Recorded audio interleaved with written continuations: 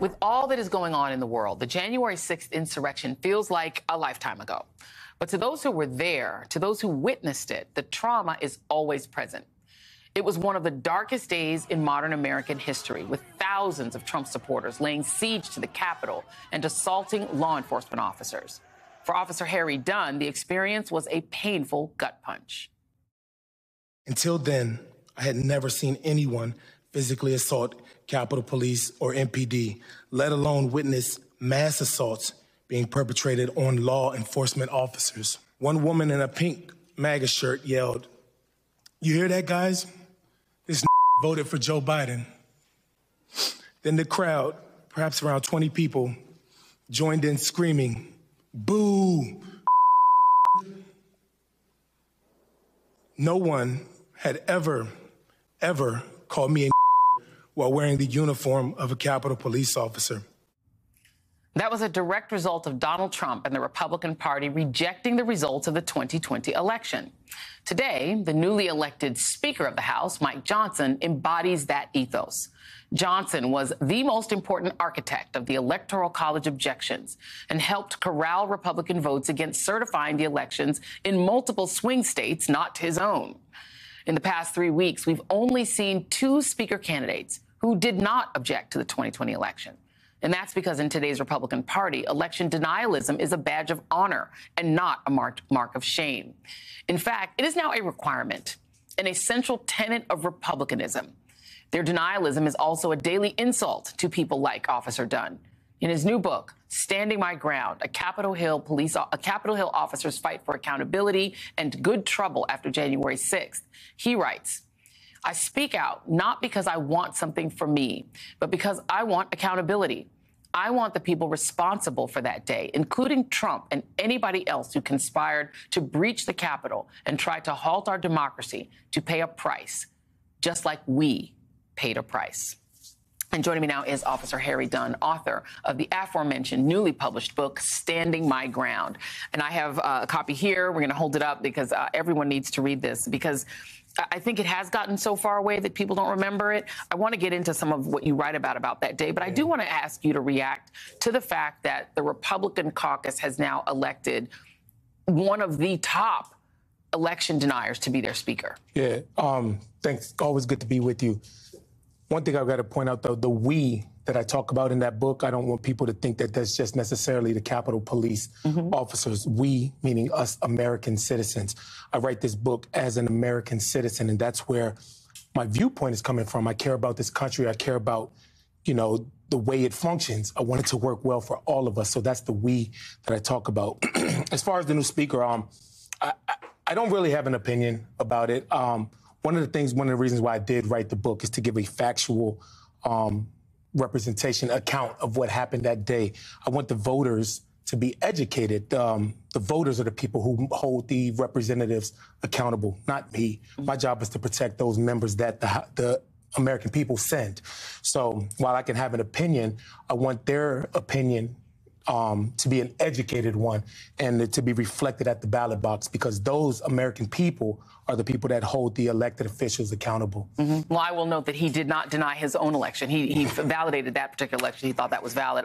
You describe in your book getting on a video call with your daughter after the insurrection, and talk about that a little bit. We had a moment that was a little, I'll call it a lull in activity, and I was talking with a group of other officers, and I said, "Hey, y'all, call, text your loved ones. I'm sure everybody's worried about us. Send them a message. I'm okay." And I went to go grab my phone. I realized I didn't have it with me. So when I retraced my steps, I remember where it was. I ran out to grab it, and I was emotional. I was crying throughout the day, and I wanted to get myself together. Picked up my phone, and my daughter was video calling me at that moment, as soon as I picked up my phone. Yeah.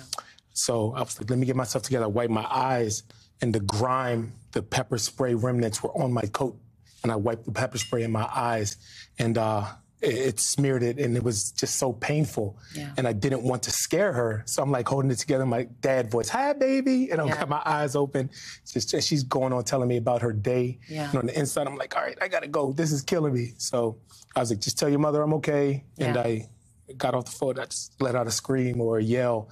Just tried to get my eyes together. Yeah. It was even in the middle of an insurrection, you're not too busy to be a dad, I guess. Absolutely. I mean, some of the experiences you describe in the book, I mean, these insurrectionists ripping up a picture of John Lewis, your testimony about having the N-word hurled at you, something that, first of all, you're not a little dude, so they took a lot of chances, messing with you, but they were bold enough to feel like they could call you the N-word, rip up pictures of John Lewis. Just talk about, like, how did you control yourself? We know that I've covered a lot of, issues with police, and, the question is, how do you control your emotions in that moment? So I work with an incredible group of men and women, and they show the absolute most professionalism. Indeed. So it just speaks to the caliber of the men and women that I work with. Individually, just do what I think is right. I don't really know how I was able to keep my composure. I guess, when all else fails and everything hits the wall, you rely on your training, you rely on your instincts. And I guess I attribute the way I respond to the way I was raised, my temperament and all that stuff. While I was very furious and screaming and yelling at individuals, I wasn't officer friendly that day. Yeah. But it was about making it home to my loved ones while maintaining keeping the members of Congress and everybody inside that building safe. Is it hard for you to do this job knowing that some of the people that you're protecting were a part of it, or at least agreed with what happened that day? I had to reshape my whole narrative. What are we doing? Like, what do I do? The public service element of it. I have to look at, what did that seat represent? The seat of that a member of Congress, though I may disagree with, what does that seat represent? It represents the American people. It represents democracy. And no matter who occupies that seat, I have to realize that seat existed hundreds of years before that person existed. And by us continuing to do our job, it will exist hundreds of years after they no longer exist. So, we may not enjoy or agree with the individual who occupies that seat at the moment, but future generations count on us to maintain it.